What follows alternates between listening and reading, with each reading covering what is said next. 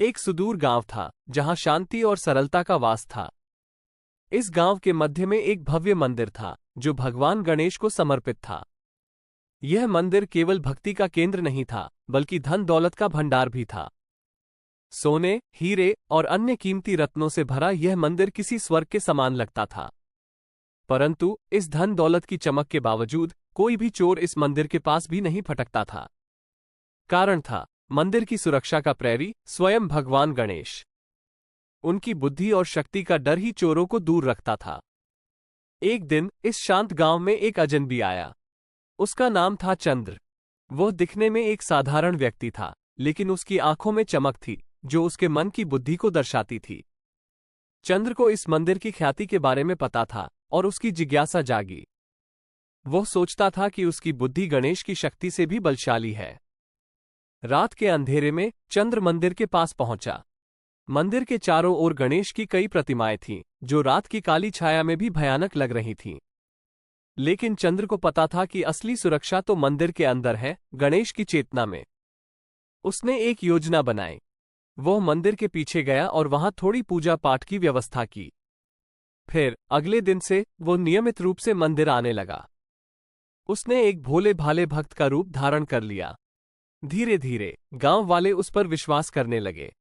चंद्र ने देखा कि मंदिर के पुजारी काफी उम्र के हो चुके थे और उनकी याददाश्त कमजोर पड़ने लगी थी।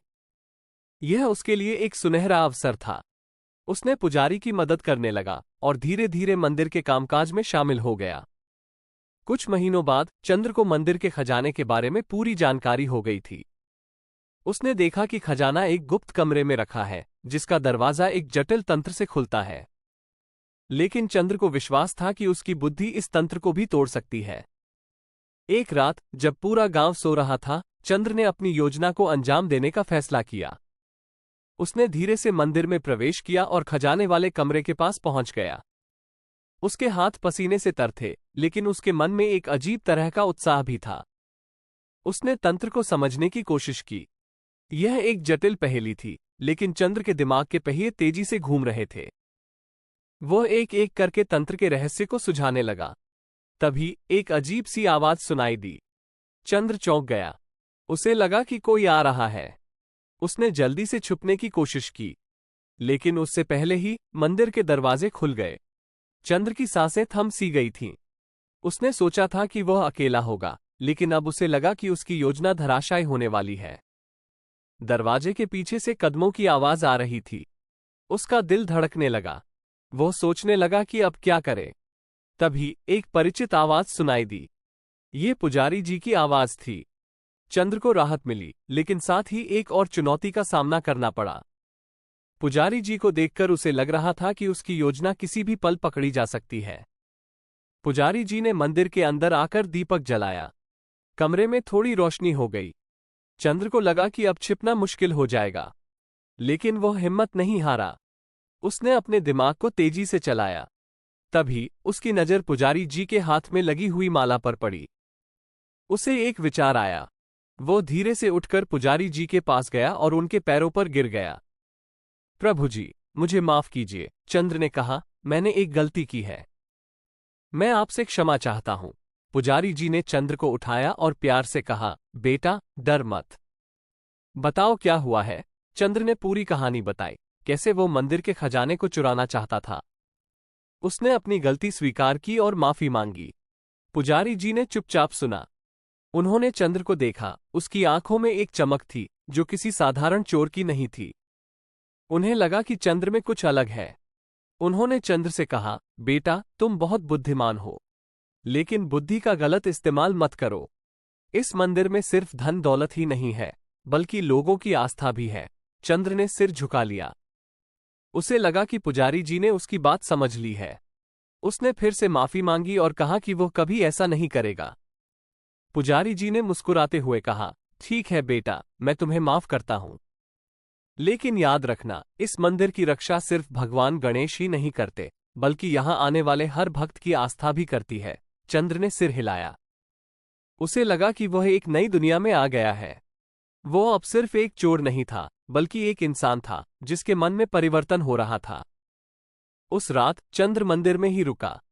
उसने पूरी रात जागकर भगवान गणेश की पूजा की। उसे लगा कि उसके अंदर कुछ बदल रहा है। वो धीरे धीरे एक नए इंसान बन रहा था। सुबह होने पर चंद्र ने पुजारी जी से कहा कि वो गांव छोड़ देगा। वह चाहता था कि वह एक नई शुरुआत करे। पुजारी जी ने उसे आशीर्वाद दिया और कहा, जिस रास्ते पर तुम चल पड़े हो उस पर आगे बढ़ते रहो। चंद्र ने गांव छोड़ दिया, लेकिन उसके मन में एक नई उम्मीद थी। वह अपनी बुद्धि का उपयोग अब अच्छे कामों के लिए करना चाहता था। वो जानता था कि उसके सामने एक लंबा रास्ता है, लेकिन वह उस रास्ते पर चलने के लिए तैयार था।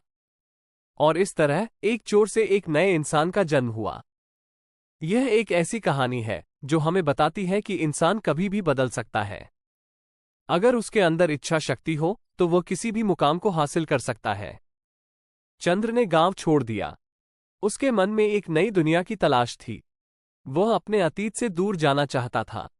उसने कई शहरों की यात्रा की, कई लोगों से मिला, लेकिन उसे शांति नहीं मिल रही थी। एक दिन वह एक जंगल के पास पहुंचा। थकान के कारण उसने वहीं रुकने का फैसला किया। रात के अंधेरे में उसे एक चीख सुनाई दी। वो जंगल के अंदर गया और देखा कि एक छोटा बच्चा एक बाघ के मुंह में फंसा हुआ है। बिना सोचे समझे चंद्र ने बाघ से लड़ाई की। उसकी बुद्धि और हिम्मत ने उसे जीत दिलाई। उसने बच्चे को बचा लिया। बच्चे के माता पिता आभारी थे। उन्होंने चंद्र को अपने घर बुलाया। वहां चंद्र ने देखा कि लोग कितने खुश हैं और उनके जीवन में कितनी कम जरूरतें हैं। उसने महसूस किया कि खुशी धन दौलत में नहीं बल्कि सेवा करने में है। वो उस गांव में ही रहने लगा।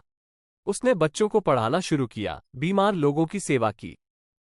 धीरे धीरे वो गांव का हीरो बन गया। लोग उसे प्यार और सम्मान देने लगे।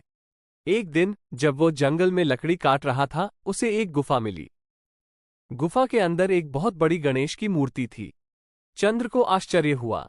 उसने पूजा की और मन ही मन गणेश से बात की। उस रात उसे एक स्वप्न आया। स्वप्न में गणेश जी ने कहा, हे चंद्र, तुमने सही रास्ता चुना है। बुद्धि का प्रयोग सेवा में करो और तुम सच्ची खुशी पाओगे। चंद्र की आंखें खुली। उसे लगा कि गणेश जी ने उसे आशीर्वाद दिया है। उस दिन से उसने अपनी जिंदगी का एक नया मकसद बना लिया। वो लोगों की सेवा करना चाहता था, बिना किसी स्वार्थ के। वो उस गांव में ही रह गया। उसने स्कूल खोला, अस्पताल बनवाया। वो लोगों के लिए एक मसीहा बन गया।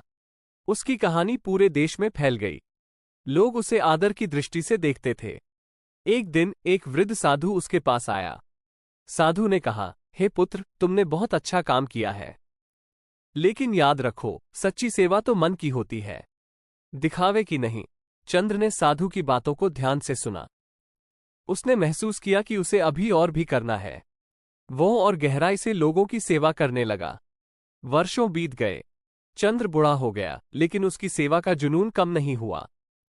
अंत में एक दिन वो शांति से सो गया। लोग उसे भगवान की तरह पूजने लगे। और इस तरह एक चोर से एक महान व्यक्ति बनने की कहानी पूरी हुई। ये कहानी हमें बताती है कि इंसान के अंदर कितनी ताकत होती है। अगर वो सही दिशा में चल पड़े तो वो कुछ भी हासिल कर सकता है। चंद्र की कहानी एक प्रेरणा है जो हमें बताती है कि बुद्धि का सही इस्तेमाल कैसे करना चाहिए। हमें अपने जीवन को दूसरों की सेवा में लगाना चाहिए और इस तरह सच्ची खुशी प्राप्त करनी चाहिए।